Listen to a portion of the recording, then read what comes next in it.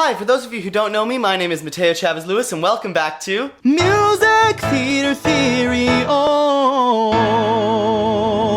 Today we're looking at one of the most beautiful songs ever written, It All Fades Away, from The Bridges of Madison County. The Bridges of Madison County premiered on Broadway in 2014, starring Stephen Pasquale and Kelly O'Hara. It's based, of course, on the novel by the same name, which has also been adapted into a movie, and it tells the story of an Italian immigrant woman named Francesca living in Iowa in 1965. Her husband, Bud, is this American G.I. Joe type, and she married him not for love, but because he provided an escape from Italy during the war. So anyways, now they're living on this farm in rural Iowa, and she's kind of bored, Francesca is kind of bored with her rural life, until one day, her husband is out of town for a few days, and she just happens to get a visit from a certain ruggedly handsome photographer by the name of Robert Kincaid, asking her for directions to the Bridges of Madison County. And what follows is a passionate, powerful love story between Francesca and Robert. Eventually, Robert has to leave, to continue touring the world, taking his photographs, and he invites Francesca to join him on his travels, but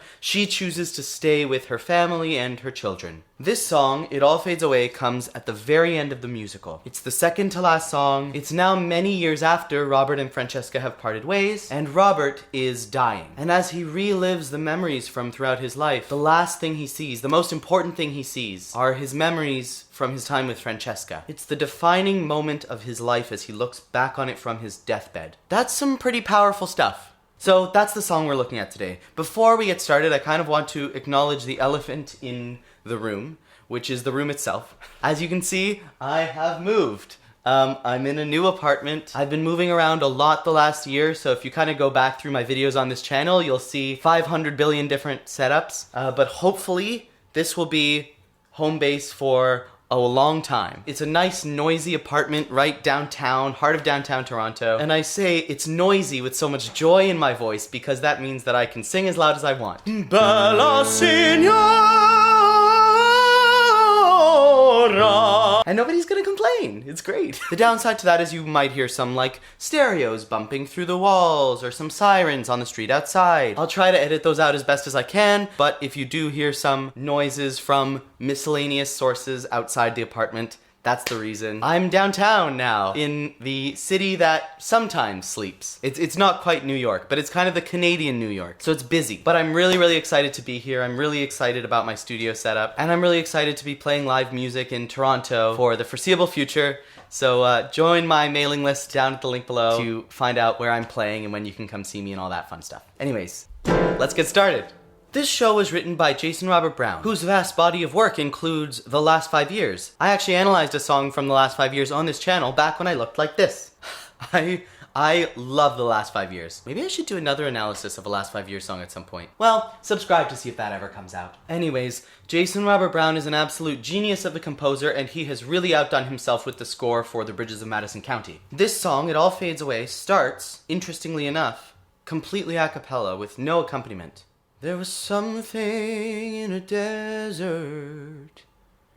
There was some place wild and green, and a child in a village I passed through. There are places that I've traveled, and so many things I've seen, and it all fades away. But you. And then the accompaniment comes in.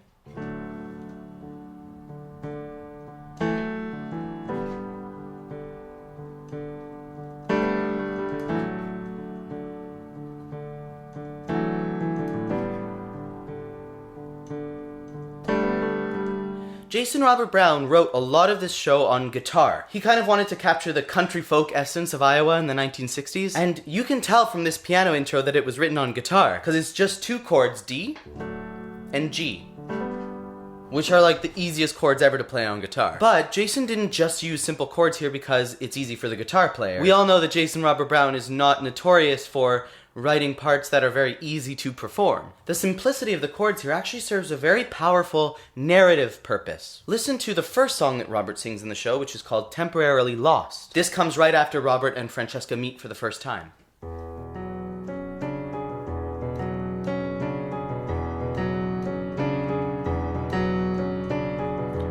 I left 8 days ago from Washington. I got a place there on the Sound. Do you hear how unmoored and unsettling that is? For context, this chord is kind of like a B minor 6 add 9 over E. Way more weird and dissonant than the pure major triads we get in It All Fades Away. And there's a video on Broadway.com somewhere where Jason talks about this. He says that he wanted to show through the music that Robert doesn't feel at home anywhere. And so the musical way that he does that throughout the show, and especially in that song Temporarily Lost where he's introducing Robert's character, is that he plays with a lot of like shifting tonal centers and dissonant chords and stuff like that. But the point is that after meeting Francesca, Robert goes from feeling unmoored and unsettled to feeling grounded and secure for the first time in his life, you know? And that music reflects that, hence the simple major triads, instead of this like cluster chord kerfuffly stuff we were getting before. Anyways, I'll put a link to that video of Jason Robert Brown in the description. It's absolutely fascinating watching Jason talk about his own writing, and I really recommend you check that out after you finish this video, of course. I was sliding down a mountain, I was burning in the sun, I was crying with amazement at the view. I was capturing a moment, but when all is said and done, well, it all fades away, but you. It all fades away, it all fades away, it all fades away, but you.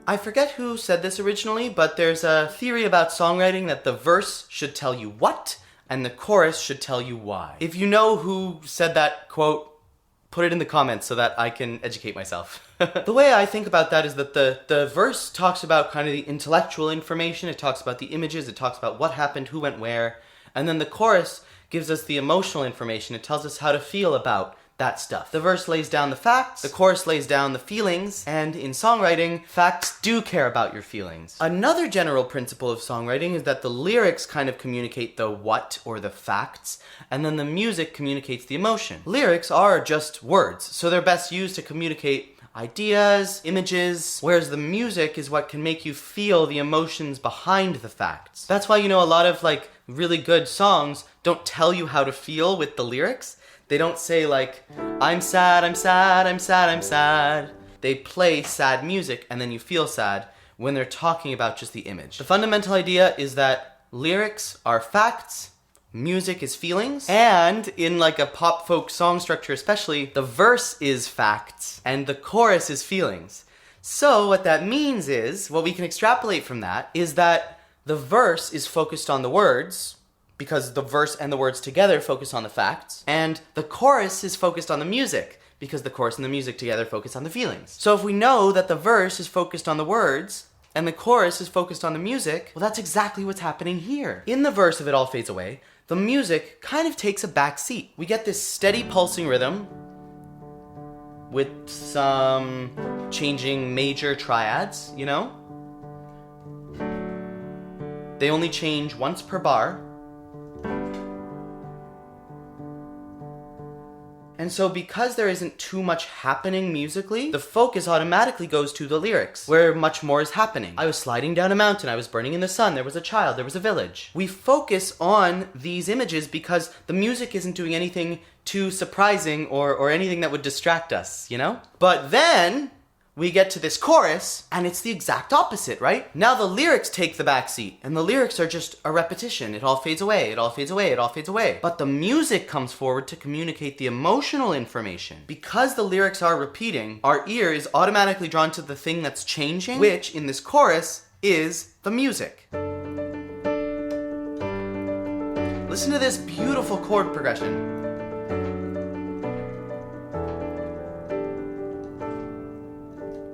In comparison to the verse where we were getting one chord change per bar, now we're getting a chord change on almost every single beat. Change, change, change, change, change. For context, there's 4 beats in a bar in this song, and so that means the chords are literally changing 4 times as quickly in the chorus. And the chords themselves are a little bit more interesting too. Instead of just plain major triads, now we have some minor sevenths, you know, some inversions. Nothing too spicy, just a little bit more color. And this bass line too is so elegant. Listen to this.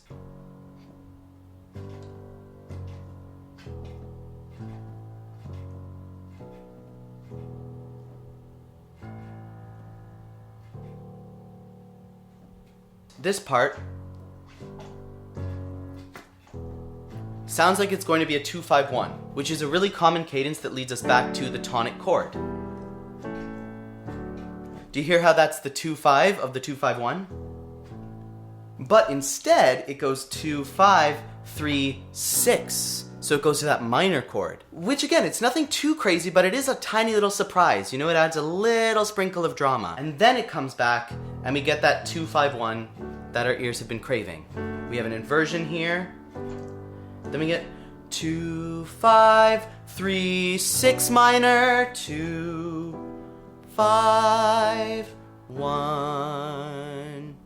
Again, the simplicity of this construction is what makes it so beautiful. And it only works because the lyrics are getting out of the way. Jason has said in interviews that he was inspired to write a kind of mantra-esque chorus for this song because he was walking down the street in New York and he walked past a busker who was playing Let It Be. Let it be, let it be, let it be, and let it be. That song actually has the exact same verse, chorus, lyrics, music, facts, feelings construction that It All Fades Away has. An intelligent person might say that Jason stole this structure, but I say you can't copyright song structure, you can't copyright story structure, you know, you can't copyright any of these structures that we have. They're all age-old techniques and they're based on fundamental facts about how the human brain works, how we interpret sound, how we interpret stories. And I actually think it speaks to Jason's brilliance that as creative and innovative as he is, he's also smart enough to know don't fix what ain't broken. So let this be a lesson to all my burgeoning songwriters out there. Practice stealing the structure from all your favorite songs. Don't steal the lyrics or the music. You don't even have to steal the chord progression, but by just trying to copy the structure, figure out how this song flows and trying to make your song flow in the same way, you can learn a lot from that about what makes a good song work. There's a bunch of classes about songwriting and stuff like this on Skillshare, which it actually supports the channel if you click on the link to get a free trial for Skillshare, so that's pretty cool.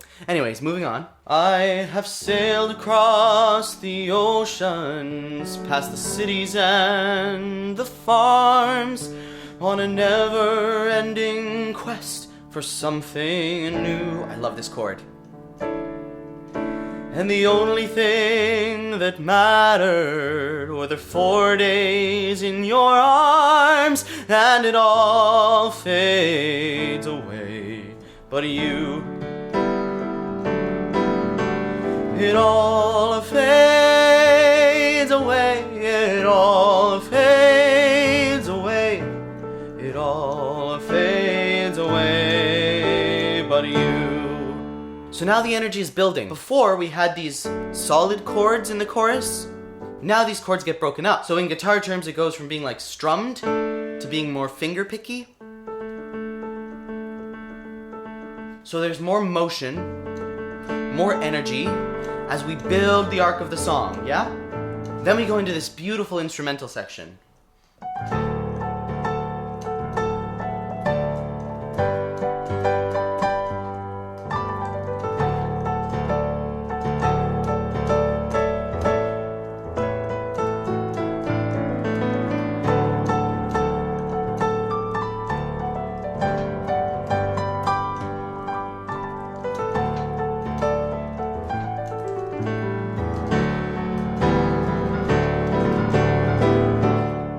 Remember when I said the lyrics get out of the way to allow the music to carry the emotional weight? Well now, following that same pop folk song structure, we land at the bridge. This like pop, rock, folk song structure that we usually get in pop songs and often in folk songs and rock songs as well is verse, chorus, bridge, chorus. And you've seen me talk about this structure on this channel before because it appears everywhere, especially in contemporary music. And in this kind of structure, and using these terms to define the sections of the song, the bridge usually means like a new section of music that's completely different from the verse or the chorus. And it's often the most emotional part of the song, or it's the part where the skeleton kind of cracks open and you see the beating heart inside. In It All Fades Away, Jason does something absolutely brilliant with this bridge to make it even more emotional than the chorus. Because like I said, in the chorus, the lyrics get out of the way in order to allow the music to make you feel. Well, now the lyrics just disappear altogether. We get this instrumental section, and then now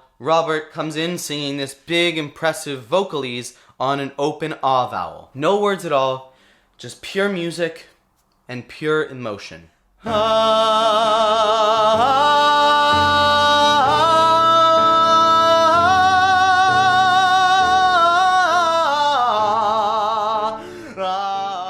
What makes this moment even more powerful and heartbreaking is the fact that we have only heard Robert sing on an open vowel once before in this show, and that's in Who We Are and Who We Want to Be, which is the song that he sings to Francesca when they're lying in bed together the morning after their first night.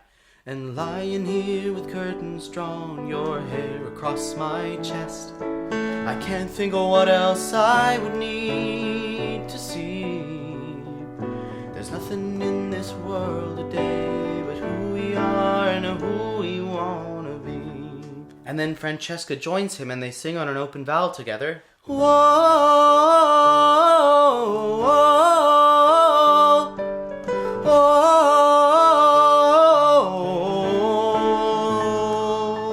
It's an absolutely beautiful, tender moment. The one moment where everything in Robert's life just feels perfect. And that's why it's so heartbreaking when Robert sings this anguished, impassioned vocalese here, because it's an echo of that perfect moment, and he's cherishing it to his dying day. Oh, oh, oh, oh,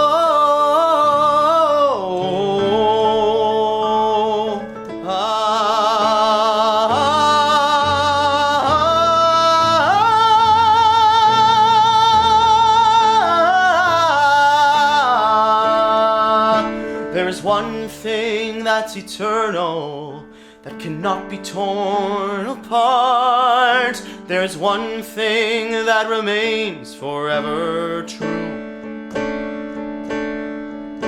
Here for this last verse, the band cuts out, and it's just the piano, just the right hand, playing this pulsing rhythm. With these emotional, crunchy chords that come in. Listen to that rhythm, and now listen to these words. Past the thinking, past the breathing, past the beating of my heart, it will all fade away, but you... Tell me that's not absolutely frickin' beautiful. It all fades away, it all fades away, it all fades away, but you. The first chorus we got solid chords, remember? Then the second chorus we got those finger picky chords. Now for this third and then the final repeat of the chorus that's coming up, it needs to build even more. So JRB uses inversions to accomplish this. Before we had this chord.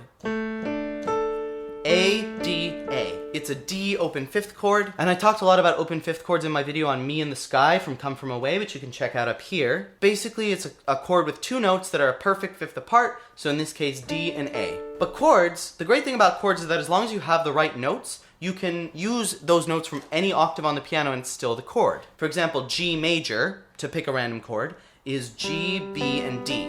So this is G major because it's G, B, and D. But if we switch up the order of that, if we have B, D, and G over here, that's still a G major chord, technically. It's just spread out a lot. And so how far apart you spread the notes is called the voicing of the chord, and then what order you put the notes in is called the inversion. That's like a very oversimplification of it, so music theory nerds don't come for me in the comments. But that's the basic idea. So you can use different voicings and different inversions of the chords to create different effects. And so if this D open fifth chord is a D and an A, then any chord, any combination of Ds and As across the piano is still going to be an open fifth chord. It just might have slightly different effects depending on the voicings you use. So this is a different voicing, for example, and the inversions you use. So this is an inversion where A is on the bottom, but there's also this inversion where D is on the bottom. And so even though it's the same chord, it's still D and A, we now have an extra D. Instead of having an extra A on the bottom, we have an extra D on the top. And it just makes it a little bit, moves it a little bit higher on the piano, gives it a little bit more energy and a little bit more power, even though it's the same chord. So using inversions is a great way to build the energy in a song without changing anything about the actual chords or harmony that you're using. Because if you just use a higher inversion, there will be more power and more energy in it, even though it's the same chord. So for the first chorus, we get solid chords. For the second chorus, we have finger-picky chords. For the third chorus, we have an inversion, and now finger-picky chords. And now for this fourth and final repeat of the chorus, we take that inversion and we move it whoop, all the way up the octave to the top of the piano here. And it creates such a powerful emotional release, which is perfect for the end of a dramatic and emotional song like this one. It all fades away, it all fades away, it all fades away, but you.